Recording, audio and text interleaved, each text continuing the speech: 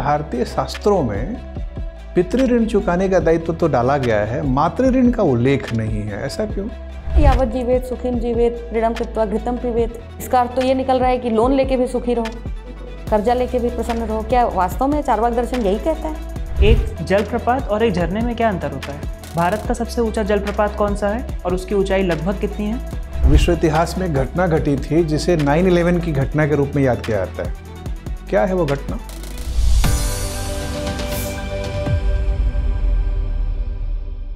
May I come in, sir? कम इन।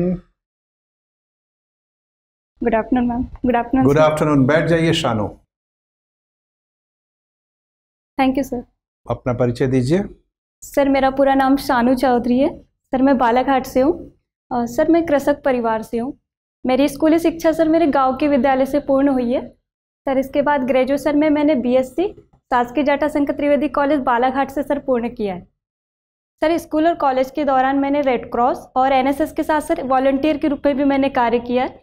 और sir मुझे खुशी होती है बताते हुए कि मध्य प्रदेश शासन की एक योजना माँ तुझे प्रणाम के तहत सर मुझे भारत बांग्लादेश इंटरनेशनल बॉर्डर यात्रा पर भी जाने का मौका मिला था। और सर मुझे लेखन के लिए राज्य स्तरीय पुरस्कार भी सर प्राप्त हुआ है। बहुत अच्छे। Yes sir. और सर भजन गाना और पवारी लोक गायन करना में मेरी रुचि है। अच्छा। और राज्य सेवा परीक्षा में सर ये मेरा पहला प्रयास। अच्छा, कई लोग शानो अपना जन्मदिन बहुत शान से मनाते हैं। Yes sir. आपको लगता है ये जो जन्मदिन मनाने का जो दर्शन है ये एक सकारात्मक दर्शन है? Yes sir. सर जन्मदिन मनाना वास्तव में एक बहुत ही खुशी की बात है, क्योंकि इसी दिन हमारे माँ बाप हमारा परिचय इस सृष्टि से कराते हैं। तो सर यदि कोई व्यक्ति इसे खुशी और हर्षोल्लास के साथ मनाता है तो सर ये बहुत अच्छी बात है। आपका जो पहला जन्मदिन मनाया गया होगा, यस सर। उस दिन आपको क्या उपहार मिला या विश्व ने आपको क्या उपहार दिया? Yes sir. सर पहला उपहार मेरे माता पिता ने जन्म के साथ ही मुझे दिया। और सर पहला उपहार मुझे माता पिता से जो आशीष मिला, आशीर्वाद जो मिला कि उन्होंने मुझे शायद मेरे लिए ये कामना की होगी कि मैं इस धरती पर आऊँ और कुछ अच्छा करूँ, कुछ बेहतर करूँ, कुछ सकारात्मक करूँ। सर ये मेरे लिए शायद बड़ा उपहार रहा हो। तो आदमी अपने माता पिता के प्रति कृतज्ञ महसूस करता है, लेकिन भारतीय शास्त्रों में पितृ ऋण चुकाने का दायित्व तो डाला गया है, मातृ ऋण का उल्लेख नहीं है, ऐसा क्यों? Yes sir. और सर मैं आपकी बात का समर्थन करती हूँ। हमारे वैदिक साहित्य में सर पितृ ऋण शब्द का मैम इस्तेमाल किया गया है मैम। लेकिन जब हम कर्ज चुकाने की बात करते हैं और पितृ ऋण की बात करते हैं तो मैम इस ऋण की पूर्ति चूँकि संतान उत्पत्ति के द्वारा होती है। और मैम जब संतान उत्पत्ति है तो माता और पिता सर दोनों ही आवश्यक है। तो सर यहाँ पर जब हम पितृ ऋण कहते हैं तो यहाँ पर कहीं ना कहीं सर माता का भी योगदान है।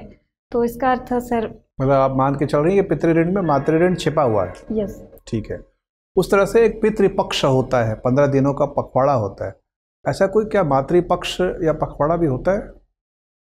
माफ कीजिए सर, जहाँ तक मेरी नॉलेज है मातृपक्ष नहीं होता है। आपको लगता है कि इसमें परिवर्तन करना चाहिए? सर जहाँ तक अभी सोसाइटी में सर यही मान्यता है, और कभी यदि सर आवश्यक लगता है तो कर सकते हैं। सर अभी वर्तमान में चल रहा है तो किसी को कोई खास दिक्कतें नहीं है, तो सर ठीक है।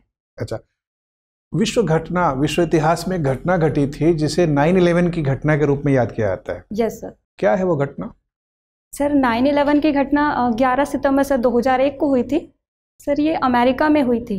सर वहाँ पर आतंकवादी हमले हुए थे सर, जिसमें वर्ल्ड प्रसिद्ध मैम 2 बिल्डिंग्स थी उसे गिरा दी गई थी, वर्ल्ड ट्रेड टावर जैसे कहते थे। ठीक है। किसने गिराई थी? सर जहाँ तक मैं याद कर पा रही हूँ अलकायदा ग्रुप एक आतंकवादी संगठन है सर वैश्विक स्तर पर, सर उसके द्वारा गिरा दी गई थी। अच्छा। हवाई हमले हुए थे सर आतंकवादी उसके तहत। आपसे ये प्रश्न क्यों पूछा जा रहा है? सर क्योंकि मेरा जन्म दिवस 11 सितंबर है सर, उसे 9/11 इस पे हुए थे। तो आपको क्या मन लगता है, ये आपको उपहार के रूप में मिला था उस दिन? नहीं सर, ये उपहार के रूप में नहीं सर, बस ये एक घटना थी जो कि सर सुनने में नकारात्मक महसूस होती है, लेकिन सर इससे एक नया अनुभव और एक सीख मिली है कि सर वैश्विक आपने उल्लेख किया कि आपने भारत बांग्लादेश बॉर्डर का भ्रमण किया। Yes sir. भारत सरकार की तरफ से। भारत बांग्लादेश संबंध बड़े सुखद दौर से गुजर रहा है पिछले 10-15 वर्षों से। Yes sir. लेकिन अभी हाल ही फिलहाल में पिछले 1 महीने में कुछ इरिटेंट्स अर्थात कुछ नाराजगी वाली बातें भी उभर रही हैं। क्या विषय है? माफ़ कीजिए सर, मुझे वर्तमान भारत बांग्लादेश की पिछले 1 महीने की घटनाओं के बारे में सर जानकारी नहीं है। भारत म्यांमार संबंधों में थोड़े तनाव आए हैं, उसके क्या कारण है? Yes sir. सर हाल ही में म्यांमार सरकार ने सर भारतीय सैनिकों को वहाँ से सर मतलब आउट करने का सर निर्देश जारी किया था सर। इस वजह से दोनों देशों के बीच में तनाव उत्पन्न हुआ था सर। फिर प्रधानमंत्री मोदी सर मतलब उनके निर्देश से सर फिर बाद में स्थितियाँ सामान्य हो पाई थी। यस। अच्छा, आपने उल्लेख किया है कि आप बालाघाट की रहने वाली हैं। Yes sir. बालाघाट एक ऐसा जिला है जिसकी सीमाएं 2 प्रांतों से लगती हैं। Yes sir. बता सकती है कौन कौन से प्रांत से?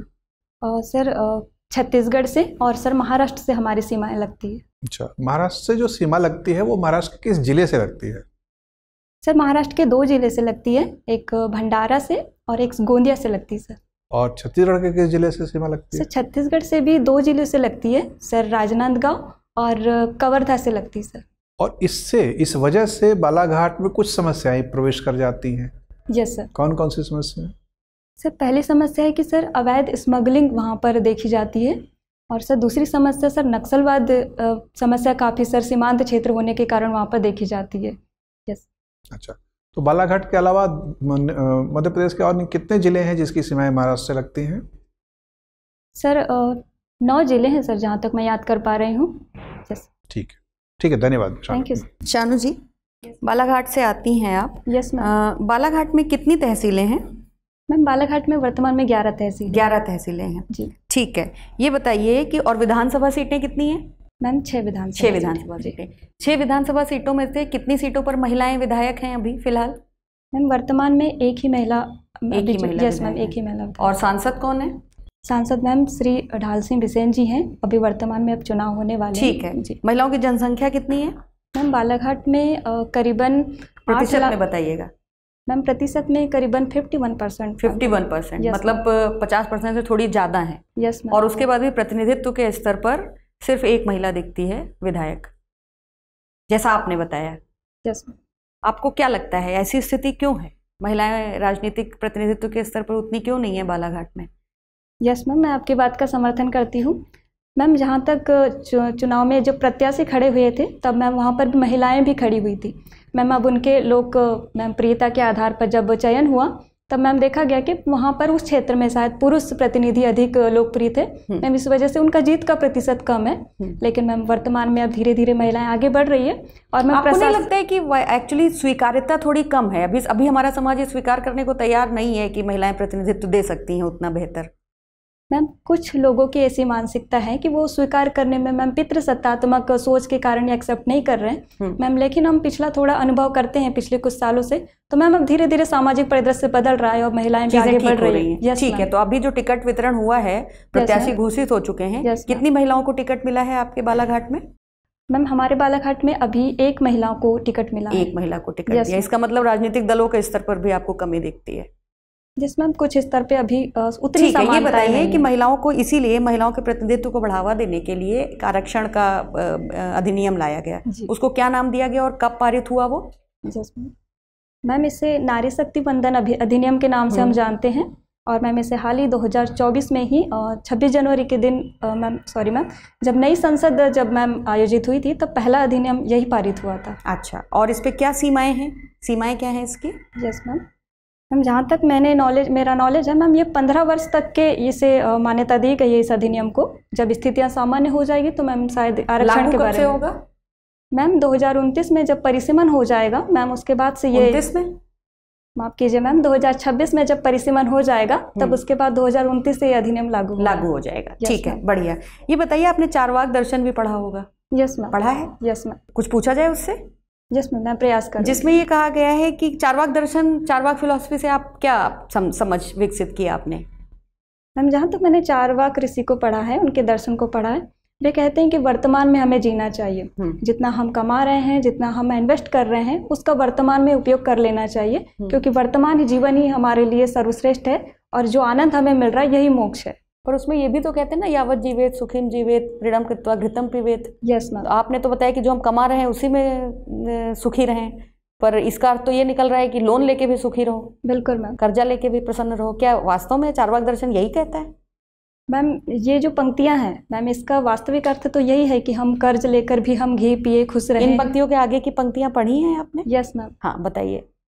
यावत जीवेत सुखम जीवेत प्रीणम कृत्वा घृतम पिबेत भस्मीभूतस्य देहस्य पुनरागमन कुतः। हाँ, यस आप मैम। बताइए, आप समझाइए। मैम इसका अर्थ ये है कि जब तक आप जी रहे हैं आप खुशी से जिए। यदि आपको मतलब ऋण लेकर भी आप घी पी सकते हैं, और ये देह जल्दी ही भस्म हो जाएगा और पुनः नहीं आएगा, इसीलिए आपको तो वर्तमान में सहमत जीना है है। आप इस फिलॉसफी से? और फिर लोन आप जिनसे लेंगी वो आपके घर आएंगे वसूली करने, फिर क्या करेंगी? Yes ma'am.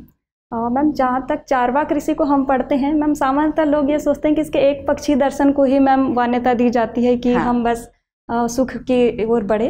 लेकिन मैम उनका दूसरा पक्ष ये था कि वर्तमान में हम जिए। जीना चाहिए। ठीक है, बहुत बढ़िया। ये बताइए, आपको ये पवारी लोक गायन पसंद है? Yes, ये ma'am। आपके क्षेत्र की विशेषता है? Yes ma'am. आप मुझे सुना सकती हैं कुछ? जी मैम। सुनाइए।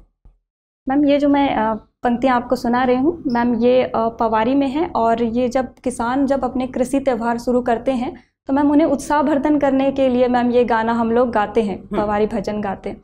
जैसे मैम इसकी 2 लाइनें इस प्रकार है। तीज को त्योहार आयो, तीज को त्योहार आयो, किसानी को भार छायो, गाड़ो जूप ले। तीज को त्योहार आयो, किसानी को भार छायो, गाड़ो जूप ले। भर की खाद किया पेटी, बांधी माँ फेंक दे, बांधी माँ फेंक दे। भर की खाद किया पेटी, बांधी माँ फेंक दे, बांधी माँ फेंक दे। बढ़िया। कृषि को सेलिब्रेट करने के लिए इसको मतलब, कृषि को सेलिब्रेट करने वाले और कोई उत्सव मध्य प्रदेश में मनाए जाते हैं? मैम उत्सव से आपको हाँ, उत्सव मनाए जाते हैं ऐसे कोई? Yes ma'am. हाँ। मैम हमारे क्षेत्र में पोला और नारबोद, बहुत हरेली, बढ़िया। जीवती। और इसके अलावा आपके क्षेत्र से बाहर? Yes ma'am. मैम हमारे क्षेत्र से बाहर मैम नवान्न पर्व मनाते हैं मैम। बुंदेलखंड में बहुत सारे मैम मनाते ठीक, हैं। बहुत जी। बढ़िया, thank you sir. Shanu, yes sir. Madhya Pradesh में सबसे ऊंचा जलप्रपात कौन सा है? सर जहाँ तक मैं याद कर पा रही हूँ, बहुटी जलप्रपात है सर, रीवा में। लगभग कितनी ऊंचाई होगी इसकी? सर 198 मीटर है। ठीक है, आप हमें ये बताइए, इसके अतिरिक्त मध्य प्रदेश में और कुछ प्रमुख जलप्रपातों के नाम बताइए, और वो किन नदियों पर स्थित है? सर चचाई जलप्रपात है जो बीहड़ नदी पर है सर। इसके साथ ही सर कपिलधारा जलप्रपात है नर्मदा नदी पर, और नर्मदा नदी पर सर बहुत सारे जलप्रपात हैं, जिसमें डचेस फॉल पचमढ़ी में नर्मदा नदी पर है, बी फॉल, अप्सरा फॉल सर पचमढ़ी में ही है सर। सहस्त्रधारा जलप्रपात नर्मदा नदी में ही है सर, खरगोन में है। मानधाता जलप्रपात सर खंडवा में ही है। ठीक है, आप हमें ये बताइए, एक Yes, sir। जलप्रपात और एक झरने में क्या अंतर होता है? यस सर, जहाँ तक मैं समझ पाती हूँ सर, झरने छोटे होते हैं और सर जलप्रपात उसी का एक बड़ा रूप होता है। और सर जो झरने में सर जो प्रवाह होता है, ये सर प्रवाह एकदम सीधा नहीं होता है सर, जबकि जलप्रपात में हम देखते हैं तो उसका प्रवाह एकदम ऊर्ध्वाधर से एकदम नीचे पानी गिरता है उसमें सर। भारत का सबसे ऊंचा जलप्रपात कौन सा है और उसकी ऊंचाई लगभग कितनी है? सर जहाँ तक मैं याद कर पा रही हूँ, जोग या गरसोप्पा जलप्रपात है सर, कर्नाटका स्थित है में। ये? कर्नाटक में। जी सर। ठीक है, कितनी ऊंचाई होगी लगभग? माफ़ कीजिए सर, मैं डेटा अभी रिकॉल नहीं कर पा रही हूँ। ठीक है, आयुष से आप क्या समझती हैं? सर आयुष एक चिकित्सा पद्धति है सर, प्राचीन चिकित्सा पद्धति, जो सामान्यतः सर प्राकृतिक वस्तुओं, प्राकृतिक सिद्धांतों पर आधारित होती सर। और वर्तमान में इसमें आयुर्वेद, योगा, होम्योपैथिक, सिद्धा, और हाल ही में सर सोवा रिक्पा को भी इसी में शामिल किया गया है। एक और है आयुष का फुल फॉर्म, सब Yes, कुछ sir। आपने बता दिया, एक रह गया, कौन सा रह गया? सर शायद यूनानी मुझसे छूट गया, बिल्कुल। और प्राकृतिक चिकित्सा भी है सर ठीक इसमें। है, हाँ बताइए, सोवा रिक्पा के बारे में आप बता रही थी। Yes sir. सर सोवा रिक्पा को हाल ही में 2010 में सर हमने आयुष में शामिल किया है, और ये सर दार्जिलिंग और जम्मू कश्मीर व लद्दाख वाले क्षेत्रों में भी सर मिलता है सर। इसके जो सिद्धांत होते हैं सर आयुर्वेद की भांति ही होते हैं। ठीक है, यस सर। और ठीक इसे जी। आप हमें ये बताइए, ये आयुष किस मंत्रालय के अंडर आता है? सर ये स्वास्थ्य मंत्रालय के आयुष विभाग के तहत आता है। ठीक है, और अभी हमारे केंद्रीय स्वास्थ्य मंत्री कौन है? माफ़ कीजिए सर, मैं नाम याद नहीं कर पा रही हूँ। वर्तमान में मध्य प्रदेश राज्य के स्वास्थ्य मंत्री कौन है? माफ़ कीजिए सर, अभी मैं याद नहीं कर पा रही हूँ, पढ़ा था सर मैं याद। कोई बात नहीं, आप हमें ये बताइए कि अब कुछ समय हो चुका है जब पूरे विश्व ने कोरोना की महामारी की मार झेली थी। जी सर। उस समय भारत में कौन सी वैक्सीन प्रमुख रूप में उपलब्ध थी? सर भारत द्वारा ही निर्मित सर कोवैक्सीन प्रसिद्ध थी, और सर उस समय कोविशील्ड भी आई थी, तो इसमें भारत ने और दूसरे अन्य देशों ने मिलकर बनाया था। और इसी टाइम पे सर स्पुतनिक 5 जो रसिया ने बनाया था सर, ये 3 वैक्सीन मुख्यतः हम लोग यूज़ कर रहे थे उस टाइम पर। ठीक है, आमतौर पर वैक्सीन बनाने में एक लंबा समय लगता है, लगभग 10 वर्षों से ज़्यादा का समय लगता है। बट उस समय एक बहुत तेज़ गति में वैक्सीन का निर्माण हुआ, स्वदेशी वैक्सीन का निर्माण हुआ। कैसे संभव हो पाया था ये कि 1 साल से भी कम समय में भारत ने अपनी स्वदेशी वैक्सीन डेवलप कर ली थी? सर ये भारतीय इच्छा शक्ति और वर्तमान के जो साइंटिस्ट है सर, उनकी समझ और उनकी सूझबूझ और सर एक साथ काम करने की क्षमता ने सर इस चीज़ को प्रोत्साहित किया। और सर वर्तमान में जो युवा साइंटिस्ट थे सर, उन सबके सहयोग से ही सर हो पाया था ये। ठीक है। शानू, मेरा अंतिम सवाल आपसे। Yes sir. अगर आप एक प्रशासिका बनती हैं तो जो ग्रामीण क्षेत्र हैं मध्य प्रदेश में, वहाँ की जो महिलाएं हैं उनकी जो स्वास्थ्य से परिस्थितियां हैं उनमें सुधार करने के लिए आप किस प्रकार के कदम उठाएंगी? सर जहाँ तक मैंने अपने ग्रामीण स्तर पर और अपनी मम्मी चाची सबका सब साथ में रह के जितना मैंने समझ पाई हूँ सर आज तक, सर सबसे पहले मैं अवेयरनेस प्रोग्राम चलाने का प्रयास चलाऊँगी और जिनके तहत उन्हें सर पोषण जागरूकता और स्वास्थ्य जागरूकता के लिए सर मैं काम करूँगी। इसके साथ ही सर मैं उन्हें ये प्रयास करूँगी कि सर उनका आंगनबाड़ी के साथ जो और आशा कार्यकर्ता के साथ जो एक समन्वय है, एक संपर्क है सर, उनके बीच में किसी प्रकार का अंतर न रहे, मैं इसके लिए प्रयास करूँगी। साथ ही सर महिलाओं के लिए सबसे बड़ी समस्या सर माहवारी के दौरान सर सैनिटरी नैपकिन्स को लेकर होती है सर। एक ऐसी समस्या है जिसके कारण महिलाओं की अन्य समस्याएं भी जन्म लेती है सर। मैं प्रयास करूंगी कि उन तक इनकी पहुंच हो और इनके लिए प्रयास किए जाएं। और साथ ही सर महिलाओं को सर स्व सहायता समूह यदि उनके हैं तो उसके माध्यम से भी सर मैं प्रयास करूंगी। हाल ही में सर वर्तमान सरकारें और प्रशासन भी सर इसके लिए कार्य कर रहे हैं, तो सर जो भी महिलाओं के स्वास्थ्य के लिए जो योजनाएँ चल रही है सर, मैं महिलाओं को उसके लिए जागरूक भी करूंगी कि वो उनके प्रति अपनी भागीदारी निभाएं और काम करें। शानू, महिलाओं में और विशेष तौर पर किशोर अवस्था में जो हैं उनमें मैल न्यूट्रिशन और अनीमिया जैसी स्थितियां हैं, तो इनको दूर करने के लिए सरकार द्वारा क्या कदम उठाए जा रहे हैं? सर स्पेसिफिक मध्य प्रदेश के संदर्भ में यस सर मध्य प्रदेश सरकार ने बहुत सारी इसके लिए योजनाएं चलाई है, जिसमें सर आहार अनुदान योजना सर मुझे अभी याद आ रही, जो कि जनजातीय क्षेत्र की महिलाओं को आहार के लिए सर प्रतिमाह 1000 रुपये दिए जाते हैं सर। इसके साथ ही सांस अभियान, पंख अभियान सर शुरू किया गया है मध्य प्रदेश सरकार द्वारा। और साथ ही सर साझा चूल्हा योजना के द्वारा भी जनजातीय महिलाओं को सर पोषण आहार दिए जा रहे हैं। और साथ ही सर मंगल दिवस योजना सर 2007 में शुरू हुई थी सर। इसके तहत आंगनबाड़ी केंद्रों के माध्यम से भी सर प्रति मंगलवार उन्हें एक पूरक पोषण आहार उपलब्ध कराया जाता है। साथ ही सर केंद्र की भी एक योजना है, प्रधानमंत्री मातृत्व वंदना योजना। और अनीमिया मुक्त भारत के बारे में आपने सुना है?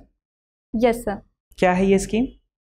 सर इस स्कीम के तहत हमारा ये उद्देश्य है कि हम लोग भारत में महिलाओं के सर एनीमिया के जो समस्या है सर, उसे हम दूर करें और उन्हें सर स्वास्थ्य के लिए उनके लिए काम करें। ठीक है शानू, मेरा अंतिम सवाल। Yes sir. अनीमिया से ही रिलेटेड एक विशेष प्रकार की स्थिति होती है जिसे सिकल सेल अनीमिया कहा जाता है। Yes sir. क्या होता है ये? Sir sickle cell anaemia basically sir रक्त संबंधी एक अनुवांशिक रोग है सर। इसमें आरबीसी का आकार जो होता है सर, ये हंसिया के आकार का हो जाता है सर। इसके आकार की वजह से ब्लड का सर्कुलेशन ठीक से नहीं हो पाता और सर जिस क्षेत्र में ब्लड नहीं पहुंच पाता वहाँ पर सर बहुत तेज पेन होने लगता है। यस सर, तो इसे हम सिकल सेल एनीमिया बोलते हैं सर। तो क्या ये बीमारी फैलती भी है एक व्यक्ति से दूसरे व्यक्ति को? सर ये चूंकि अनुवांशिक है तो सर माता से ये बच्चों में फैलने की इसकी संभावना होती है। ठीक है, शुक्रिया।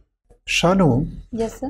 भारत सरकार $5 ट्रिलियन जीडीपी का लक्ष्य लेके आगे बढ़ रही है। Yes sir. एक तो सवाल का जवाब ये बताइए कि आखिर जब रुपया हमारी देशी मुद्रा है तो हमने अपने राष्ट्रीय लक्ष्य का उपयोग तय करने के लिए अमेरिकी मुद्रा का उपयोग क्यों किया? क्या हम अमेरिका के अधीनस्थ होते जा रहे हैं? सर बिल्कुल, मैं आपके सब बात का समर्थन करती हूँ सर। जब हम डॉलर के बारे में सुनते हैं तो दिमाग में प्रश्न उठ सकता है, लेकिन सर हमने जो हमारे जीडीपी के मापन के लिए हम सबने सर जो डॉलर ट्रिलियन शब्द का इस्तेमाल किए हैं सर, मैं जहाँ तक समझ पाती हूँ सर, इसका एक वैश्विक संदर्भ में हम अपने भारत के जीडीपी को सर किस स्तर पर है ये एनालिसिस करने के लिए सर हमने इस चीज़ का डॉलर का सर हमने यूज़ किए। क्योंकि सर वर्तमान में हम देखते हैं तो डॉलर एक वैश्विक मुद्रा है सर। डॉलर का इस्तेमाल किसी देश के जीडीपी के लिए करते तो ये चीज़ हमें समझ में आती है कि किस देश की क्या स्थिति वर्तमान में है। Yes sir. सर अभी रुपया ने इस चीज़ पर अपना महत्व हासिल नहीं किया है सर, इसीलिए हमने इस्तेमाल किए हैं डॉलर। ठीक है, तो ये बताएं कि अगर हम इसको रुपये में रूपांतरित करके देखना चाहें यस सर, तो $5 ट्रिलियन जीडीपी का लक्ष्य रुपये में कितना बनेगा? सर 5 ट्रिलियन का जहाँ तक 50 लाख करोड़ बनेगा सर। पक्का? जी। कैसे निकाला आपने 50 लाख करोड़? सर जहाँ तक मैं याद कर पा रही हूँ 1 ट्रिलियन के बराबर 1 लाख करोड़ होता है। माफ़ कीजिए सर, 5 ट्रिलियन का 5 लाख करोड़ होगा। 5 लाख करोड़ डॉलर हो जाएगा। सर आपने रुपया में मुझसे पूछा था, हाँ। इसलिए सर 1 ट्रिलियन डॉलर के बराबर 5 लाख करोड़ हो जाएंगे। 1 ट्रिलियन, यस सर। ठीक है। तो 5 ट्रिलियन कितना होगा?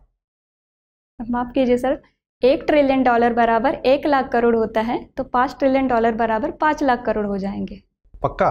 यस सर, अब मैं क्लियर हूँ। अच्छा, 1 ट्रिलियन में बिलियन कितने होते हैं? माफ़ कीजिए सर, यहाँ मुझे थोड़ा कन्फ्यूज़न हो रहा है। 1 ट्रिलियन में 1000 बिलियन होता है और 1 बिलियन में 100 करोड़ होता है। तो ये तो आप सही कह रही हैं कि 1 ट्रिलियन बराबर 1 लाख करोड़ होता है। Yes sir. लेकिन ये तो डॉलर ही बना ना, अभी तक रुपया तो बना नहीं। 1 ट्रिलियन में 1 लाख होगा तो 1 ट्रिलियन डॉलर में 1 लाख करोड़ डॉलर हो जाएगा। अब रुपया बनाने के लिए उसको विनिमय दर से गुना करना पड़ेगा। कितना विनिमय दर है अभी रुपया और डॉलर का? सर जहाँ तक मुझे अभी वर्तमान का है सर 83 रुपीज़ है। 83 से गुना करना पड़ेगा आपके 5 लाख करोड़ को। जी सर। कितना आएगा? सर 400 लाख करोड़। 415 लाख करोड़। 415, जी सर। ठीक है, तो 415 लाख करोड़ तो हमारा लक्ष्य है। जी सर। तो अभी जीडीपी है कितना? सर अभी 3.75 लाख ट्रिलियन है, मतलब yes sir 3.75 lakh 3.75 trillion dollar trillion है डॉलर सर। है। ट्रिलियन डॉलर है, 3.75 लाख ट्रिलियन डॉलर। जी फिर सर। रुपया में बदल के दिखा सकते हैं इसको? सर इसमें भी सेम प्रोसेस है। माफ कीजिए सर, थोड़ा कैलकुलेशन में मेरा थोड़ा असमत हो रही अच्छा है। ठीक है, अब अगर रुपए में आपने 415 लाख करोड़ कन्वर्ट कर लिया 5 ट्रिलियन डॉलर जीडीपी को, जी। अब ये रुपया वाला जो जीडीपी है न बढ़े, न बढ़े, जितना है उतना ही रहे, तो भी क्या ऐसा हो सकता है कि डॉलर वाला जीडीपी बढ़ जाए? माफ कीजिए सर, मैं प्रश्न नहीं समझ पा रही। मान लीजिए कि अभी हमारा रुपया में जीडीपी जो है वो 250 लाख करोड़ है जी। और आज से 2-3 साल के बाद भी 250 लाख करोड़ ही रह गया, ज़रा भी वृद्धि नहीं हुई। लेकिन जब हम डॉलर में उसको देखते हैं तो उसका डॉलर में मूल्य बढ़ गया। ऐसा हो सकता है? सर ऐसा तो नहीं हो पाएगा। जैसे आपने डॉलर जीडीपी को 83 से गुना करके रुपया निकाला, जी। रुपया वाले को 83 से भाग दे देंगे तो डॉलर आ जाएगा। Yes sir. 83 से भाग देने के बजाय अगर हम 50 से भाग दें यस सर। तो डॉलर वाला मूल्य बढ़ जाएगा ना? सर इसके लिए फिर अब दोनों मुद्राओं के विनिमय दर में अंतर होगा तभी संभव है। मैं वही कह रहा हूँ कि अगर Yes, sir. विनिमय दर हमारा मजबूत हो जाए, यस सर, तब 83 सर संभावना है। 83 रुपया से 70 रुपया हो जाए यस। तो 5 ट्रिलियन डॉलर का जीडीपी का लक्ष्य आसानी से हासिल हो जाएगा। Yes sir. ठीक है, ठीक है, मेरा अंतिम प्रश्न है शानू। Yes sir. ये डॉलर जीडीपी का जो लक्ष्य हमने तय किया है, यस सर। इसका फिर सेक्टरल सब टारगेट भी है कि कृषि में कितना लक्ष्य है, उद्योग में कितना लक्ष्य है, सेवा क्षेत्र में कितना है। आपको ध्यान है कि 5 ट्रिलियन डॉलर हासिल करने के लिए कृषि में कितना हासिल करना है, उद्योग में कितना हासिल करना है, सेवा क्षेत्र में कितना हासिल करना है? माफ कीजिए सर, मुझे सेक्टर वाइज ये अभी मुझे जानकारी नहीं ध्यान है। नहीं है, कोई बात नहीं। जी। और चूंकि ये पूरे भारत का लक्ष्य है और इस लक्ष्य को हासिल करने में सभी राज्यों का अपना योगदान है, यस सर। तो राज्य अनुसार भी लक्ष्य बांटे गए हैं। फिर यस। मध्य प्रदेश की सरकार ने अपने ऊपर दायित्व लिया है कि हम मध्य प्रदेश के जीडीपी को बढ़ाकर 2025 या 26 तक कहाँ ले जाएंगे ताकि पूरे इंडिया का 5 ट्रिलियन हो जाए। और सर मध्य प्रदेश ने भी लक्ष्य निर्धारित किया है। मध्य प्रदेश का लक्ष्य सर 1 ट्रिलियन डॉलर बनाना है ताकि वो राज्य की अर्थव्यवस्था में सर योगदान दे पाए। 1 ट्रिलियन पक्का है? जी मतलब सर। यूपी वाला आंकड़ा तो नहीं ध्यान में आ रहा है? नहीं सर, हम लोग का लक्ष्य है 1 ट्रिलियन डॉलर बनाने का। और यूपी का कितना है? माफ कीजिए सर, यूपी की मुझे जानकारी नहीं है। किस राज्य का लक्ष्य सबसे बड़ा है? माफ कीजिए सर, मैंने बाकी राज्यों का अध्ययन नहीं किया है, मैंने मध्य प्रदेश का पढ़ा है। तो अकेला अगर मध्य प्रदेश 1 ट्रिलियन पा जाएगा, यस और मध्य प्रदेश जैसे और भी बहुत सारे राज्य हैं, यस सर। मान लीजिए यूपी का भी एक ही मान लेते हैं, यस सर। महाराष्ट्र का भी एक ही मान लेते हैं, तब तो 5 ही 6 राज्य मिलकर 5 ट्रिलियन डॉलर पा जाएंगे। सर बिल्कुल, मैं आपकी बात का समर्थन करती हूँ सर। सुनकर ऐसा लगता है कि मध्य प्रदेश ने कुछ ज़्यादा लक्ष्य निर्धारित किया है, लेकिन सर हमने एक लक्ष्य निर्धारित किया है जिसमें वर्तमान में हमारा यही है कि सर हम 1 लाख ट्रिलियन डॉलर मध्य प्रदेश की इकोनॉमी सर 2030 तक हम इसे बनाएं। 30 तक करेंगे। जी सर। ठीक है, ठीक है शानू, धन्यवाद, आपका इंटरव्यू हो गया, आप जा सकती हैं। Thank you sir.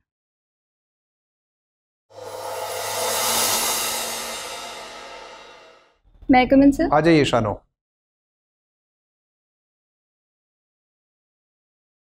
बैठिए।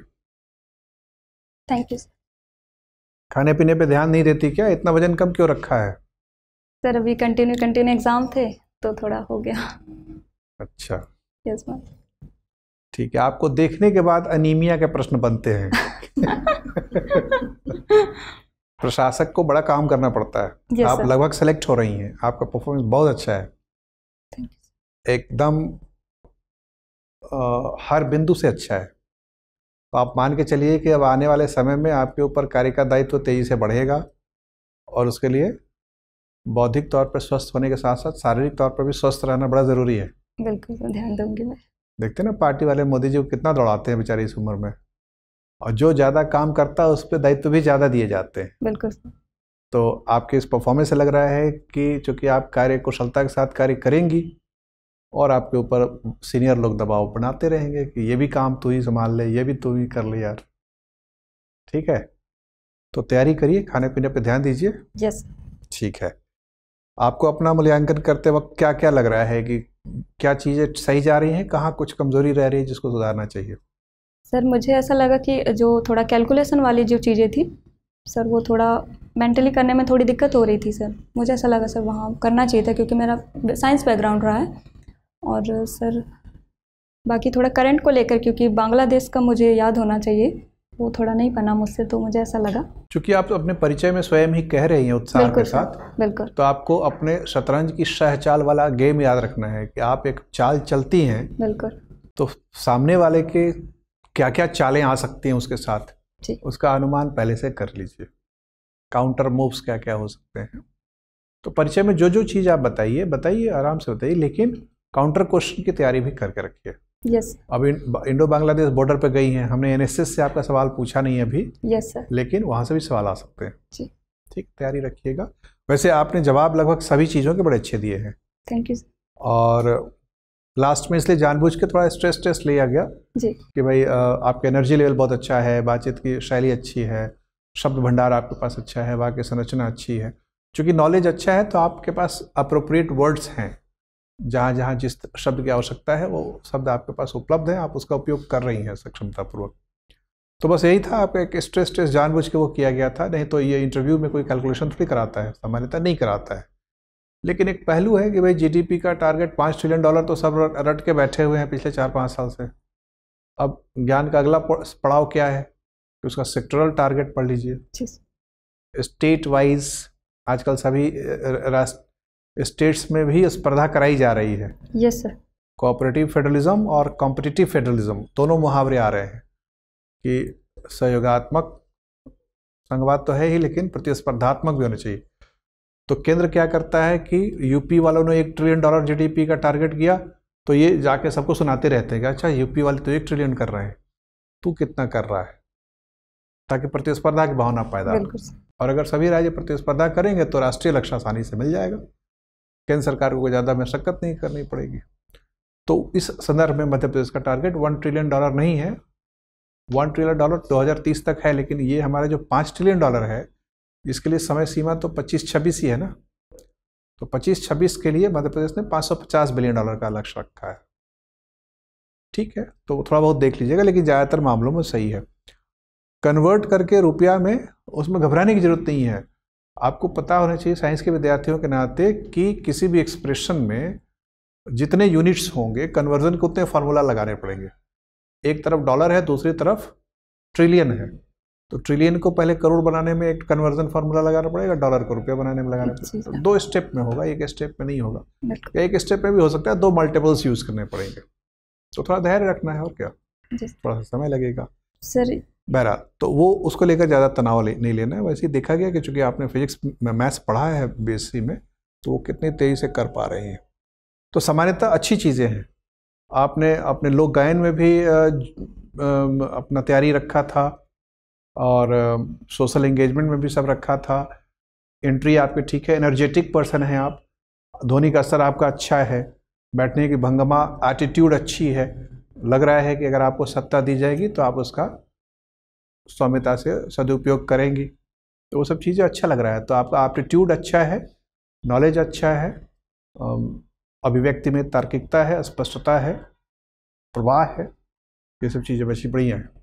ठीक है, वस्त्र आप ये पहनेंगे कि साड़ी पहनना पसंद करेंगे? सर साड़ी पहनना है। आज ये मेरा फर्स्ट इंटरव्यू था। अच्छा, पहला मौका है ये? Yes sir. तो बस अभी प्रिपेयर नहीं हुई थी साड़ी, और आज फ्रेंड लोग भी नहीं थे, कोई बात नहीं, इसलिए बस ध्यान रखना है कि साड़ी पहन के जाना है। बिल्कुल सर, साड़ी और उसका अभ्यास रखिएगा। जी ठीक है। और कोई प्रश्न? Yes sir. सर हम जहाँ पर अटक गए थे मैथ्स में, सर वहाँ पर स्ट्रेस दिख रहा था क्या, या फिर हमने मैनेज कर लिया हल्का था? सा शुरू में दिखा था थोड़े क्षण के लिए, लेकिन आपने फिर उसको संभाल लिया। तो मतलब मैनेज हो जा रही ना चीज़ें? हाँ, हो जा रही है। तो थोड़े समय के लिए वो डिप हुआ था कॉन्फिडेंस, लेकिन फिर वापस आ गया। Yes sir. वो शायद ऐसा लगा शायद कुछ बोलने में शायद गलत हो गया, ऐसा कुछ लगा मुझे, बट मुझे समझ में नहीं आया कि पता नहीं कहाँ क्या चीज़ गलत हुई। तो थोड़ी जल्दीबाजी हो गई थी। आपने ट्रिलियन को करोड़ तो बना दिया, जी सर। 1 लाख कह दिया, लेकिन डॉलर को रुपया बनाना भूल गई। जी सर। जब आपने 5 लाख करोड़ कहा तो आपने ट्रिलियन को रुपया बना दिया, जी सर। लेकिन वो 5 लाख करोड़ डॉलर ही बना रह गया। बिल्कुल सर। फिर मैंने जब कहा कि इसको 83 से गुना करिए तो 415 लाख करोड़ फिर आया। जी। तो थोड़े समय हड़बड़ी आपको लगी, ऐसा लगा हमें इधर से कि आप थोड़ी सी हड़बड़ा गई। तो धैर्य रखना है, धैर्यपूर्वक देखना है कि 2 स्टेप में कैलकुलेशन होगा। यस। और अगर बहुत ज़्यादा उलझन हो जी। तो कह दीजिए कि अभी सर नहीं कर पा रहे। जी। मोबाइल का आजकल कैलकुलेटर का सब लोग इस्तेमाल करता है, इसलिए दिमाग का इस्तेमाल बंद होता जा रहा है ना। इतना इजी इंस्ट्रूमेंट हो गया है कि अब खामखा कौन ये सब गुना भागा अपने दिमाग से करे। लेकिन पुरानी पीढ़ी के लोग पहाड़ा याद रखते थे। Yes sir. 100 तक का कंपटीशन होता था ना बच्चों में कि कौन 20 तक का पहाड़ा किसको याद है, 30 तक का पहाड़ा याद है। आपको कितने तक का पहाड़ा याद है? सर अभी मुझे तो 15 तक याद है। 15? वो भी पता नहीं सर, अभी ठीक से अभी नहीं है। आजमा के याद नहीं किया, ठीक है। तो वो कोई बड़ी बात नहीं है। आजकल बच्चे पहाड़े भी ज़्यादा याद नहीं रखते। नहीं रखते हैं सर। चलिए, अच्छा है, ऑल द बेस्ट। ज़्यादा परेशान मत होइए, ठीक है। और कोई सवाल तो नहीं है? मैम गाना ठीक था? ठीक था। चलिए, all the best. Thank you sir.